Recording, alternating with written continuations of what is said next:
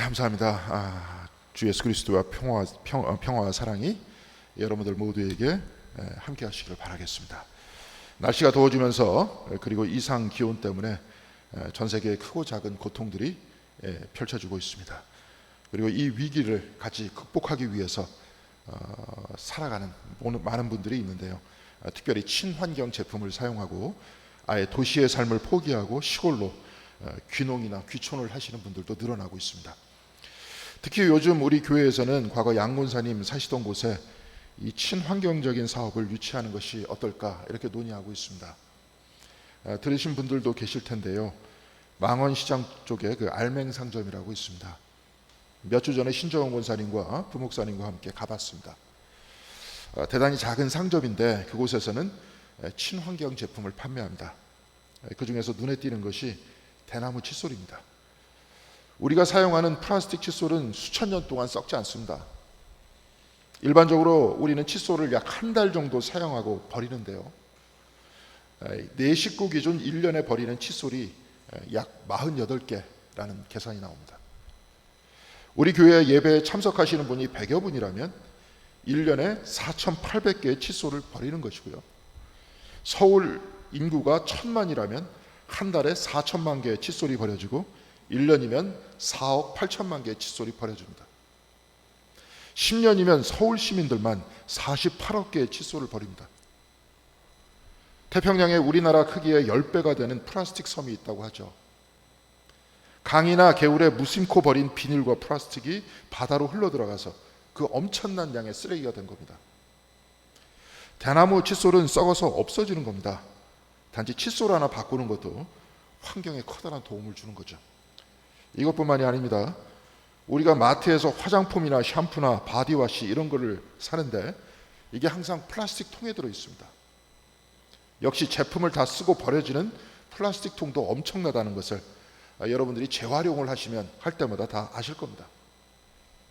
그런데 알맹상점에서는 말 그대로 알맹이만 팝니다. 빈통을 가지고 와서 샴푸와 바디워시 이런 것을 담아오는 겁니다. 생활 습관을 약간만 고친다면 우리의 환경이 많이 달라질 수 있습니다. 그리고 이런 걸 안다고 해도 참여할 수 있는 곳이 없으면, 그곳이 어디에 있는지 모르면 말만 하고 생각만 하고 끝날 텐데 이런 장소를 제공해주면 많은 분들이 참여할 수 있겠죠. 그래서 알맹상점은 소비하는 곳이라기보다는 하나의 환경운동이고 신앙적으로 보면 환경 선교인 겁니다. 교회에서 이것을 해나가면 우리 교회나 감리교회를 통해서 환경운동의 모임이 만들어지고 이분들이 환경에 대해서 생각하는 것도 달라지고 또한 교육도 하고 물건도 사는 대단히 아름다운 선교가 될 것입니다. 이런 선교를 위해서는 아주 중요한 도구가 있는데요. 스마트폰입니다. 지금 기성세대와는 다르게 젊은이들은 트위터나 인스타그램 같은 그런 SNS 방식을 통해 소통하고 있습니다. 특별히 알맹상점에 다니는 분들은 SNS를 통해서 모임을 만들었던 분인데요. 환경운동 하는 분들, 자동차 안 타게 하는 분들 이런 모임이 있는데 이런 분들이 알맹상점하고 연결돼 있고 이것에 갔다 왔다는 사진을 올리면 또한 그 사진을 본 다른 사람들도 관심을 갖게 되죠. 이러면서 환경운동이 퍼져나가는 겁니다. 저도 알아보고 이야기를 나누면서 많이 배우고 있고요. 생명을 살리고 지구와 우리의 삶의 평화를 지키는 생명, 평화와 영성이 우리 교회의 과정이고 방향이기 때문에 앞으로도 공간관리위원회에서는 이를 좀 더 구체적으로 계획서와 체계를 잡아서 나아가려고 합니다. 알맹상점이 우리 모두가 가지고 있는 스마트폰을 사용해서 환경운동을 해나가고 우리 교회에서도 스마트폰을 통해서 예배를 드리고 성경 공부를 하고 책 읽기를 하고 있습니다. 우리는 10여 년과는 완전히 다른 문화와 환경 아래서 생활하고 있는 겁니다. 스마트폰은 오늘날 신앙생활과 환경운동에서 대단히 중요한 것이기도 하지만 그러기 위해서는 기본적인 전제가 있습니다. 정보를 나누거나 대화를 할 때 서로 상처를 주지 말아야 한다는 겁니다. 인터넷 포털 다음에서 출간 도서를 나름대로 감수성 있게 소개해주는 난이 있는데요. 저번 주에는 나는 생각하고 말하는 사람이 되기로 했다 이런 책을 소개했습니다. 나름 공감이 되고 저 역시도 인터넷을 사용하면서 반성해야 될 것이 있나 해서 그 얇은 책을 사게 됐는데 이 책의 저자 홍성우 씨는 자신이 당한 경험을 올려놨습니다. 제가 한번 읽어드리도록 하겠습니다. 아내가 얼마 전 블로그에 올린 원룸 느낌 아늑한 13평 신혼집 포스팅에 네이버 메인에 올랐다. 25만 명이 방문했고 그중 400여 명은 댓글도 남겼다. 대부분 예쁘게 잘 꾸몄다는 칭찬 일색이었는데 한 남자가 산통을 깨고 이런 댓글을 남겼다. 이런 평수의 남자와 결혼하셨다는 게 신기합니다. 속으로는 그래 너 큰 집에 살아 좋겠다 라며 열불이 났지만 엄밀히 말하면 틀린 말이 아니었다. 하물며 그런 평수의 집이 대출 낀 전세라면 말이다. 흔히 시끄럽게 떠드는 사람에게 당신이 여기 전세 냈어 라고 말하는 것도 옛말이다. 쉬지 않고 뛰어다니는 강아지 2마리 발소리에 아래층에 사시는 주인 할머니께서 시끄러워하실까 마음 졸이며 사는 것이 전세살이니까 말이다. 하지만 일반적으로 갓 서른 신혼부부가 부모님께 손 벌리지 않고 서울 한복판에 내 집을 갖기란 요원한 일이다. 남자의 댓글이 기분 나쁘긴 했지만 우리는 우리만의 만족대로 느리지만 적당하게 살아가면 될 일이다. 한 가지 확실하게 말해주고 싶은 것, 우리도 절대 남들보다 여유롭게 시작하지 않았다는 것, 그리고 지금 살아가는데 아무 문제가 없다는 거다. 홍승우 씨의 아내가 사진을 올린 의도 중에 하나가 응원을 듣기 위해서였죠. 남들이 응원해주고 축하한다 해주고 힘나라 해주고 이런 것들을 들으면서 또다시 또 다른 내일을 맞이할 힘과 용기를 얻기 위해서 올렸던 겁니다. 그런데 여기에 상처 주는 것을 보았으니까 인스타그램에 또한 네이버에 글을 올린 이유와 정반대의 결과가 올라왔던 거죠. 그래서 나름 억울하기도 해서 홍승우 작가는 제가 금방 읽어드린 그 글을 올렸는데 그가 글을 썼을 때 2만 개가 넘는 좋아요에 공유도 2600회에 달할 정도로 많은 사람들이 관심을 보였다고 합니다.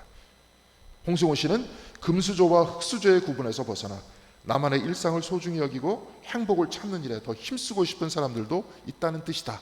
이렇게 말하면서 흙수저라 지칭하면서 삶을 불행하게 여기는 시선만큼은 지워내고 싶다. 그냥 다른 사람들처럼 평범하게 살고 있을 뿐이다. 이렇게 말했습니다. 이 책의 제목이 나는 생각하고 말하는 사람이 되기로 했다와 같이 생각하지 않고 즉흥적으로 나오는 말이 남에게 상처를 주거나 아픔을 주는 것을 지적하면서 이런 말을 사용하지 말자 이렇게 말하고 있습니다. 그러면서 인터넷에서 사용되는 부정적인 표현을 지적하고 있는데요. 누군가 엄청난 일을 성취했거나 멋진 작품을 만들었을 때 인터넷에는 약발았다 이렇게 표현합니다. 이 책에서 저자는 오랜 노력이 빚어낸 기획력이 겨우 마약을 투여한 것과 동일하게 취급되는 것이 서글프다 이렇게 말하고 있습니다. 또 바람이라는 표현도 있죠. 바람. 기분 나쁘다, 짜증난다를 재밌게 표현하면서 암 걸릴 것 같다 해서 바람이라고 하지만 정작 암 환자나 그의 지인들이 이런 표현을 본다면 이야기가 달라지지 않느냐고 말하고 있습니다. 항암 치료를 받으면서 힘겨워하는 사람들이 이런 표현을 본다면 누가 기뻐하겠느냐는 말입니다. 특히 젊은 세대는 자기 말만 하려는 기성세대를 꼰대라고 표현하는데 요즘에는 라떼라고 하죠. 어른들이 나 때는 말이야 이런 말을 해서 그렇다는 겁니다. 그런데 홍승우 씨는 젊은이들과 기성세대를 화해시키면서 이렇게 말합니다. 본인들도 후배였을 때에는 자신의 말만 맞다고 우기는 선배들이 싫었겠지만 지나고 보면 선배의 말이 맞았을 때도 있었고 그들의 경험에 도움을 받았을 적도 있었을 것이다. 그래서 가랑비에 옷이 젖듯 상명하복의 문화에 젖어들었을 가능성이 크다. 우리는 의견을 주고받으면서 합의점을 찾아야 한다. 경험을 토대로 한 연장자의 해결책이 효과적일 때도 있고 반대로 시스템에 얽매이지 않는 젊은 세대의 창의적인 의견이 빛날 때도 있다. 기성세대가 젊은 사람이 뭘 알아 하며 내 의견을 묵살했을 때 기분이 나빴던 적은 누구나 한 번쯤은 있었을 것이다. 하지만 윗사람의 의견을 저놈의 나 때는 또 시작이군 이라고 치부하며 꼰대라고 규정하는 순간 우리도 그들과 다를 바가 없다. 의견은 당연히 다를 수밖에 없다. 관건은 어떻게 해결해 나가는지에 있다. 각자의 말이 다를 수밖에 없는 의견을 어떻게 해결해 나가느냐 바로 이것이 관건이라면 해결하고자 하는 노력도 없이 담쌓고 불신하는 것이 우리가 가지고 있는 문제라는 겁니다. 독일의 철학자 하버마스는 의사소통이란 문화적 지식을 전승하고 새롭게 하며 사회 통합과 사회적 유대감 수립에 기여하고 개인의 정체성 수립에 기여한다, 이렇게 말했습니다. 철학자인이 어려운 책 읽고 어려운 개념 접하다 보니까 자기도 모르게 이렇게 말이 어려워진 건데요. 한마디로 말해서 의사소통, 곧 대화와 토론하는 것은 사회를 통합한다, 곧 하나 되게 하고 유대감을 수립한다, 이 말입니다. 사회라는 말을 가정으로 바꾸어 본다면 대화하고 소통하는 것이 가정을 하나 되게 하고 유대감을 수립한다, 이렇게 될 것이고, 또한 여기에 교회를 적용해 본다면 대화하고 의사소통하는 것이 교회를 하나 되게 하고 유대감을 수립한다, 이렇게 말할 수 있을 겁니다. 그래서 대화가 중요한 것이고 만나는 일이 중요한 겁니다. 그런데 오늘 우리가 교독한 에베소서에서는 서로 유대감을 갖기 위해서 대화하고 예의를 지켜가는 것을 넘어서 우리는 본래 하나이다, 하나이니까 사랑해야 한다, 이렇게 말하고 있습니다. 오늘 에베소서 4장 25절에서 바울은 그런즉 거짓을 버리고 각각 이웃과 더불어 참된 것을 말하라, 이는 우리가 지켜 지체가 됨이라, 이렇게 말하고 있습니다. 말을 하기 위한 기본적인 전제는 거짓이 아닌 참된 것을 말해야 한다는 겁니다. 그 이유는 서로가 지체가 되기 때문이라고 말했는데요. 에베소서 4장 15절에는 오직 사랑 안에서 참된 것을 하여 범사에 그에게까지 잘할지라, 그는 머리니 곧 그리스도라, 이렇게 말했습니다. 그리스도가 우리의 머리라는 겁니다. 머리가 되어야 한다가 아니고 머리가 그리스도다, 이렇게 말하고 있습니다. 그리고 바울은 그에게까지 잘할지라, 이렇게 말했습니다.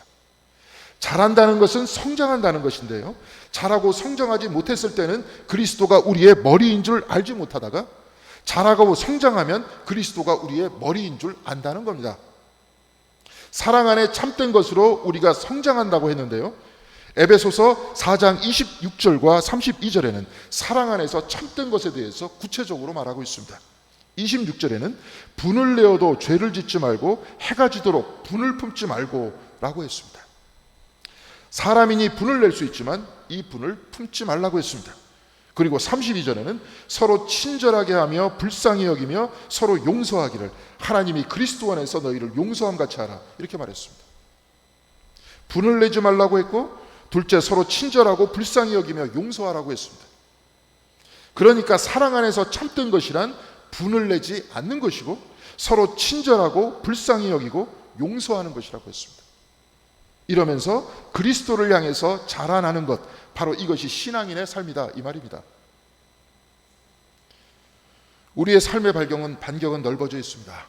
이렇게 직접 말하고 대화하기도 하지만 인터넷이나 SNS에서도 서로 만나고 있습니다. 만나고 대화하고 정보를 나눌 때 분노하지 않고 친절하게 말하고 불쌍히 여기고 용서하라, 그 사랑 안에서 참된 것을 말해야 한다고 바울은 말씀하고 있습니다. 바로 이것이 자라나는 것이다, 성장하는 것이다, 이렇게 말합니다. 자라나다 보면 그리스도가 우리의 머리가 되시는을 안다고 했습니다. 그래서 머리는 그리스도시요 우리는 지체다, 그러니까 저와 여러분은 다 하나로 연결되어 있다, 이 말입니다. 우리는 그리스도 안에서 하나이니 사랑 안에서 참되어야 하는 것이 마땅하다, 바로 이 말이 아니겠습니까? 우리는 수요 성경 공부 시간에 이제 사사기를 거의 끝내고 있습니다.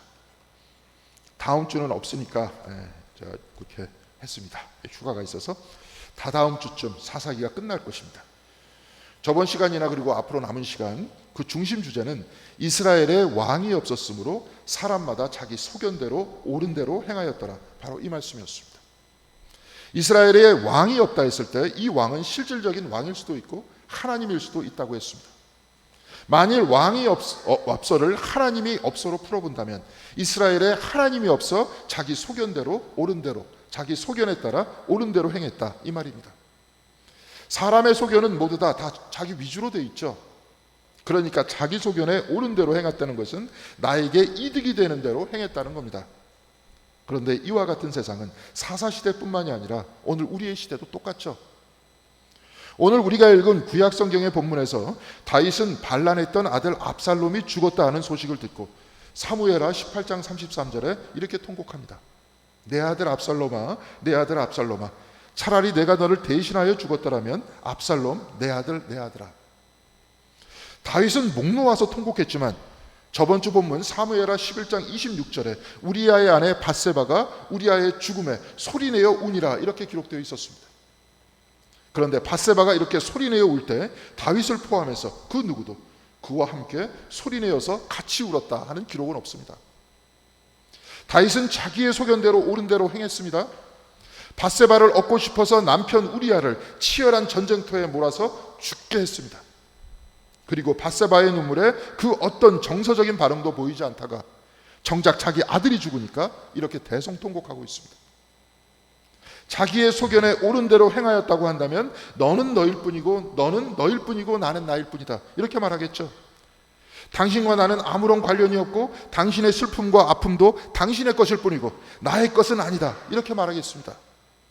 때로 당신의 불행이 나의 행복이 된다면 나는 당신에게 불행을 주고 나의 행복을 갖겠다 이렇게 말하지 않겠습니까?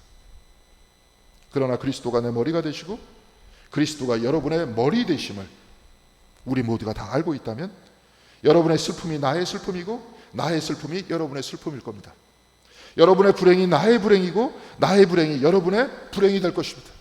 마찬가지로 나의 행복이 여러분의 행복일 것이고 여러분의 행복이 나의 행복이 될 것입니다. 지금 워낙에 세상 모든 사람들이 모두 다 개인주의적으로 살고 있기 때문에 우리는 각자 서로 떨어져 있고 경쟁하는 것이 원래의 법칙이고 삶의 방식이다. 우리는 이렇게 생각합니다. 그런데 바울은 바로 이것은 자라나지 못한 미숙한 상태의 사람이 하는 말이다 이렇게 말하고 있죠. 에베소서 4장 6절에는 하나님도 한 분이시니 만유의 아버지시라 만유 위에 계시고 만유를 통일하시고 만유 가운데 계시도다 이렇게 말씀하고 있습니다. 하나님께서는 만유 위에 모든 피조물 위에 계시다고 했습니다. 그런데 위에 계시고 떨어져서 상관없는 것이 아니라 만유를 통일하신다고 했고 또한 그 가운데 계시다고 했습니다. 만유 위에 계신 분을 성부 하나님이라고 한다면 만유를 통일하시는 분이란 저와 우리의 모든 피조물의 머리가 되시는 성자 하나님 그리스도이십니다. 또한 하나님께서는 만유 가운데 계시다고 했습니다. 우리와 함께 계신 분 곧 성령 하나님이십니다. 성부 성자 성령 하나님께서는 우리 위에 있고 우리를 하나로 만드시고 또한 우리 가운데 계시다고 바울은 선언하고 있죠. 사실 이것이 우리의 신앙 고백이고 우리는 이를 믿는다고 말하고 있지 않습니까? 그런데 그렇게 말로만 고백하고 있지 않습니까? 성경에 쓰여 있으니 머리로만 그렇다 생각하고 있지 않습니까? 그렇다면 이것은 아직도 모른다는 겁니다. 프랑스의 지질학자이며 신학자인 테아르드 샤르댕은 자연 안에 인간의 위치라는 책에서 생명 현상은 물질계에서 어쩌다 생겨난 우연적인 것이 아니다. 생명이란 부대 현상이 아니다. 본질 자체다. 이렇게 말하고 있습니다. 물질과 생명이 나눠진 것이 아니라 물질도 생명이 있고 이 중 가장 고등한 생명체가 바로 인간이라는 건데요. 사람의 몸을 보면 우리의 몸을 보면요. 우리 안에도 광물질이 있습니다. 우리 안에는 아연도 있고 철도 있습니다.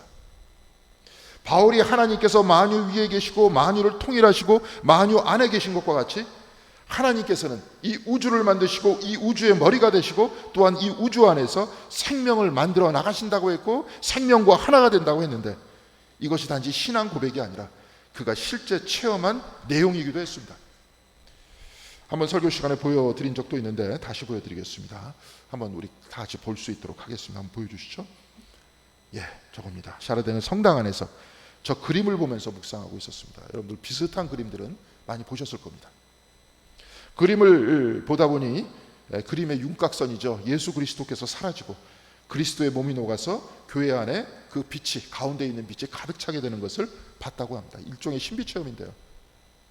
저 안에서 밝게 빛나는 그리스도의 심장만 남고 성당과 우주가 그리스도의 빛으로 가득 차 있고 심장이 박동할 때마다 우주의 모든 물질도 같이 박동하고 있는 것을 봤습니다. 사람들뿐만이 아니라 생명을 가지고 있는 모든 피조물도 그리고 모든 물질들까지도 그리스도의 생명 안에 있다는 것을 샤르댕은 본 겁니다. 그가 영의 눈이 열렸을 때 오늘 바울이 선언했던 그 말씀을 체험한 겁니다. 하나님은 만유 위에 계시고 만유를 통일하시고 만유 안에 있다. 바로 이것을 영의 눈이 열렸을 때 밝히 볼 수 있었던 겁니다.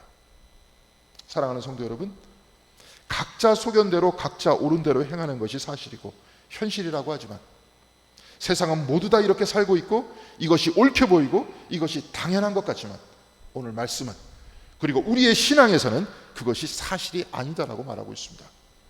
이 세상은 하나님이 만드셨고 그리스도께서 우리의 머리가 되시고 성령께서 우리 안에 계시다는 것, 바로 이것이 사실이라는 겁니다. 우리는 이것을 밝히 볼 때까지 자라나야 한다고 했습니다. 이것을 바울은 때로 지식이라고 했고 주님께서는 깨닫는 것이라고 했습니다. 깨닫는 것을 마음에 가 닿는 것이라고 했죠. 하나님께서 창조주이시고 그리스도가 우리의 머리가 되시고 성령께서 우리와 함께 있어 저와 여러분은 하나님 안에서 하나라는 것이 가슴에 가 닿는 것, 바로 이것이 깨닫는 겁니다. 그래서 우리는 이 가닿는 믿음에 이르기까지 각각의 소견대로 옳다 말하고 행한 것에서 그리스도 안에서 하나됨을 똑바로 보고 그 안에서 말하고 행할 때까지, 또한 사랑 안에서 참된 것을 말할 때까지 자라나야 하는 겁니다. 친절하고 불쌍히 여기고 용서하면서 사랑 안에서 참된 것을 말하는 것이 우리의 삶이 되면 그 언젠가 우리의 눈이 열려서 그리스도가 우리의 머리가 되시고 하나님이 우리의 창조주가 되시고 성령께서 우리의 안에 계시다는 것을 밝히 알게 된다고 바울은 선언하고 있는 겁니다. 바로 그때가 되면 우리 아내가 소리를 내어서 우는 그러한 모습을 보고 다윗이 우는 모습을 보고 지금은 부분적으로 슬프지만 같이 슬퍼하고 같이 울 수 있다는 겁니다. 오늘 우리가 읽은 복음서의 본문 요한복음 6장 51절에 예수께서는 말씀하셨습니다. 나는 하늘에서 내려온 살아있는 떡이니 사람이 이 떡을 먹으면 영생하리라. 내가 줄 떡은 세상의 생명을 위한 내 살이니라 하시니라. 예수께서 주신 떡을 먹으면, 곧 그리스도 그 자신을 먹으면 우리는 영생한다 했습니다. 요한복음은 말씀이 곧 그리스도라고 했고 말씀이 육신이 되신 분이 예수라고 했습니다. 그렇게 보면 곧 우리는 말씀을 먹어야 한다는 거죠. 자, 그래서 이 말씀을 다 종합해 보면 매일 우리가 성경의 말씀을 먹고 사랑 안에서 참된 말을 하여 머리 대신 그리스도를 향해서 자라나는 것, 바로 이것이 우리의 신앙생활이라는 겁니다. 그런데 인류는 이런 삶을 살지 못했죠. 각자의 소견대로 옳은 대로 행하면서 경쟁하고 자기만 잘 되려고 했습니다. 이러다 보니까 이제 우리 모두의 삶이 위협을 받고 있습니다. 나라와 나라가 갈라지고 사람과 사람이 증오하고 미워하고 있습니다. 이건 멀리 볼 필요도 없습니다. 매일 신문을 펼치면 증오가 기록되어 있습니다. 하루에도 수많은 미움과 모함과 증오가 신문과 카톡과 인터넷을 떠돌고 있습니다.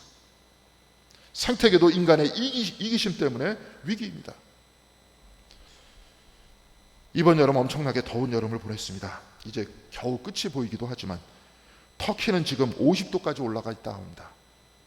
혹시 우리나라가 이 기온까지 올라간다면 살 수 있겠습니까? 각자 서로 소견에 옳은 대로 행한다. 각자 따로 떨어져 자기가 옳다 하면서 자기 이득이 옳다 하면서 사는 것은 진실이 아닐 뿐더러 지금 우리 자신을 위기로 몰아넣고 있습니다. 사랑하는 성도 여러분, 하나님이 우리의 창조주이시고 그리스도가 우리를 통일하시고 성령께서 우리 안에 계셔서 우리를 하나로 만드십니다. 우리는 하나님 안에 하나입니다. 바로 이것이 진실입니다. 이를 믿고 친절과 불쌍히 여김과 용서함으로 사랑 안에서 참된 것을 말하는 우리의 일상 속에 우리는 하나님 안에 하나됨을 체험할 수 있는 것이고 이로써 우리가 치유되고 치유할 수 있는 사람이 되는 겁니다. 가정 안에서 대화를 나눌 때, 교회 안에서 말할 때, 인터넷에서 의견을 올릴 때에도 사랑 안에 참된 말을 하고 분을 내지 말고 서로 불쌍히 여기고 친절하게 용서할 때 우리는 매일 조금씩 매일매일 한 걸음씩 그리스도를 향해서 자라나게 될 것입니다. 사랑하는 성도 여러분, 우리 교회는 생명평화 영성의 나눔터라는 그 방향으로 나아가고 있습니다. 이것이 모두 다 우리 신앙생활의 성숙을 위해서 우리가 그렇게 정한 겁니다. 그리스도는 우리의 머리가 되시고 샤르댕이 체험에서 본 바와 같이 이 우주의 머리가 되십니다. 모든 생명체와 물질들까지도 하나님의 사랑에서 벗어난 것은 그 아무것도 없습니다. 지금 비록 우리가 바라보는 우리가 사랑하는 것은 우리의 몸과 가정이 전부일 것이지만 이웃과 교회 공동체와 모든 인류와 피조물까지도 그리스도 안에서 하나 되어 있다는 것을 체험하고 믿고 이렇게 살아가는 이 삶이 지금 우리가 위기에 처한 이 삶 속에서 소망이 될 수 있는 신앙의 바탕이 될 것입니다. 사랑하는 성도 여러분, 하나님은 만유 위에 계시고 만유를 통일하시고 만유 안에 계십니다. 우리는 하나님 아래 하나님과 한본되어서 하나님과 함께 있습니다. 이를 믿음으로 굳건히 붙들고 사랑 안에서 참됨을 말하고 행하는 가운데 분노하지 않고 서로 친절하고 불쌍히 여기고 용서하는 가운데 우리의 머리 되시는 그리스도를 향해 오늘도 내일도 자라나시는 저와 여러분들이 다 되시기를 주님의 이름으로 간절히 기원드리겠습니다. 기도하시겠습니다.